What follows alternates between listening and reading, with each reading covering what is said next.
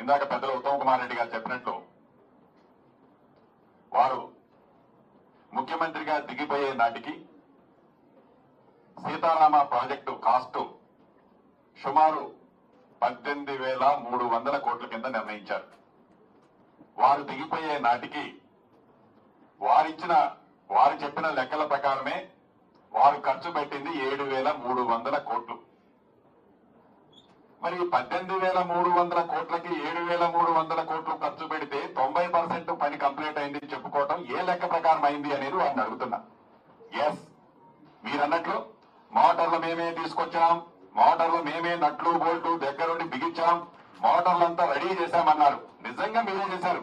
మోటార్లు ఉత్తమ్ కుమార్ రెడ్డి గారు, రేవంత్ రెడ్డి గారు, శ్రీనివాస్ రెడ్డి గారు, తుమ్మల నాగేశ్వరరావు గారు బిగించామని మేమేం చెప్పుకోలే.